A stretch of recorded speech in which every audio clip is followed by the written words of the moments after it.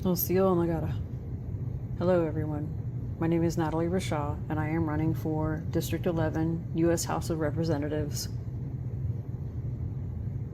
I wanted to share with you my take on data centers and give you some numbers to think about. In America, there are 324 million data users per month on average. That's including your banking, your schooling, your work, home, phone, internet, the whole shebang. On average, that's only 750 gigabytes per user per month, child, woman, man. Doing the math for that comes out to 243 billion terabytes. Scaling that down, 243 million petabytes, 243,000 exabytes, or 243 zettabytes. 243 zettabytes. Remember that number. On average, data centers in the United States cover roughly 100,000 square feet, which is similar in size to a Costco or a Walmart or a Target store. However, actual building sizes have varied widely in the United States depending on the type and purpose of the facility being built. They are often quite much larger than that size or that footprint.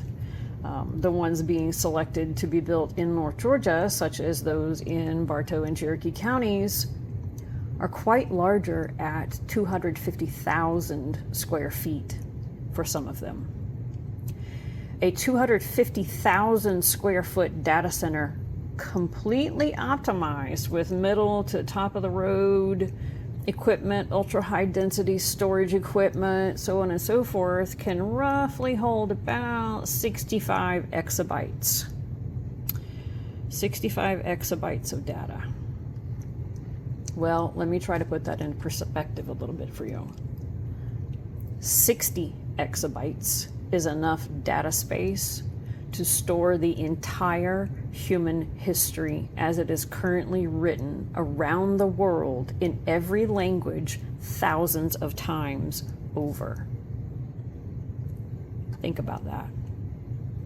We currently have about 5,000 data centers in the United States that are up and running. We have another 1,500 or so that are in the planning stages and are ready to begin construction. Using the numbers on the average data center and the amount of data that it holds, that adds up to around 422.5 zettabytes of storage. And I'm not talking about the hyperscalers. Those are like the Switch in Nevada, Colossus in Memphis, Meta's Primeville in Oregon, Equinix in Virginia, Microsoft, Fairwater, Wisconsin, and good old QTS Metro here in Georgia, and so on. We have quite a few of them, and we don't need more at all. These are behemoths and a huge strain on the environment around them, and they store way more data than we need as American consumers. Go read, go learn, go educate yourself. On average, that's twice the amount of data storage that is needed for us as consumers to utilize in everyday life, every child, woman, and man. So who is the data for? No one's listening about the water.